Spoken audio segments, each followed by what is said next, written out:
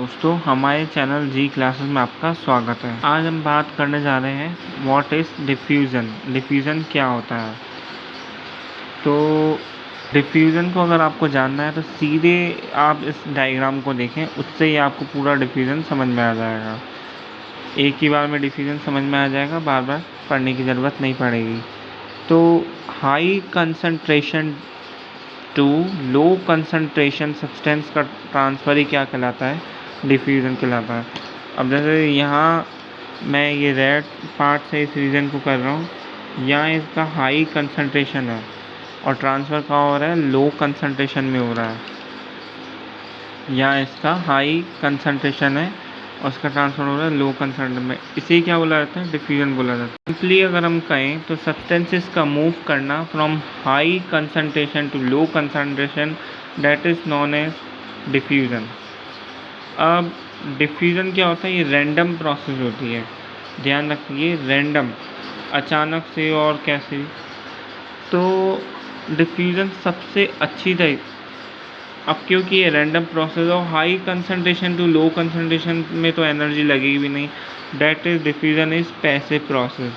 Passive वो process होती हैं जिनमें no energy requirement, no energy requirement. तो ऐसी प्रोसेस में जो एनर्जी की रिक्वायरमेंट नहीं पड़ती है।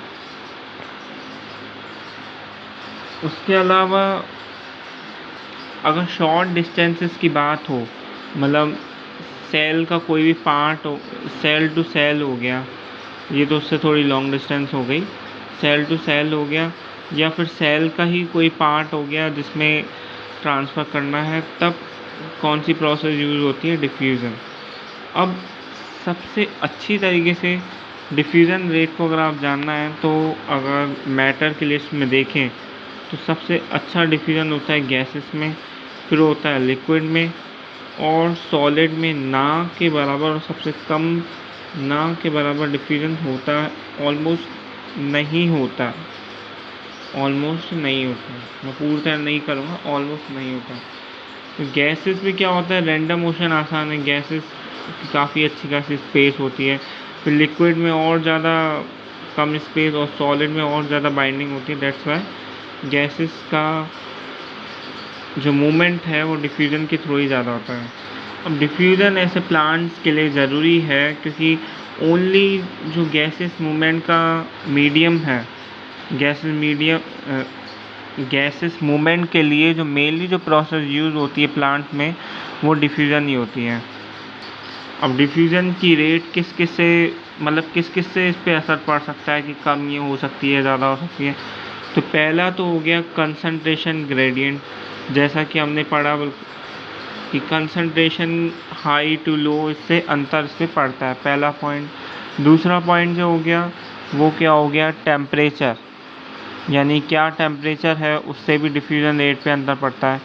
तीसरा पॉइंट हो गया प्रेशर, प्रेशर कितना है, ज़्यादा है या कम है, इससे भी डिफ्यूज़न पे असर पड़ता है।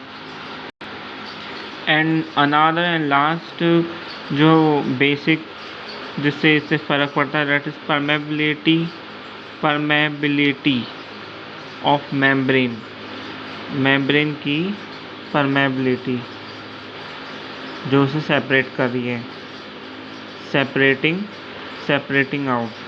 मतलब जो मेम्ब्रेन सपोज करें, जो मेम्ब्रेन सेपरेट कर रही है वो लिपिड रिच है या कैसी है, तो उससे भी डिफ्यूज़न पे असर पड़ता है। इसी तरीके से अगर ट्रांसपोर्ट के कंडीशन बोला जाए तो इसको डाउन हिल ट्रांसपोर्ट बोला जाता है। क्या मतलब down hill transport? Down hill transport क्या है, मतलब कि इसमें एनर्जी रिक्वायरमेंट नहीं है ना, तो ये डाउन है। और अपहिल उन्हें बोला जाता है जैसे एक्टिव प्रोसेस हो गई, इनमें एनर्जी की रिक्वायरमेंट्स होती है। और जब कोई डिफ्यूज़न किसी प्रोटीन या किसी मीडियम के द्वारा, किसी सब्सटेंस के द्वारा करवाई जाए तो उस टाइप के डिफ्यूज़न को क्या बोला जाता है, facilitated diffusion. That is what we call facilitated diffusion, यानी कि उसे फैसिलिटी दी गई है डिफ्यूज़न प्रोसेस के लिए, उसे मदद किया गया है। तो इसमें क्या होता है, कई ऐसे प्रोटीन्स होते हैं फैसिलिटेड डिफ्यूज़न के लिए मेम्ब्रेन्स में, तो उन्हें बोला जाता है पोरिन्स, पोरिन्स नाम दिया जाता है, what we call porins. Porins कहा जाता है ऐसे प्रोटीन्स को, पोरिन्स।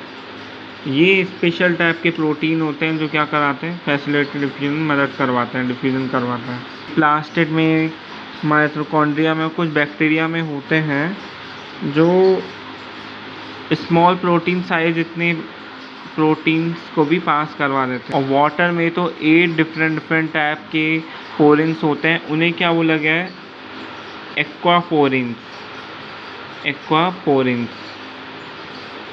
तो यही आज हमने पढ़ा, आज के लिए इतना ही। आज मैंने पढ़ा डिफ्यूजन क्या होता है, फैसिलिटेड डिफ्यूजन क्या होता है, डिफ्यूजन पे किन किन चीज़ों से क्या क्या अंतर पड़ता है।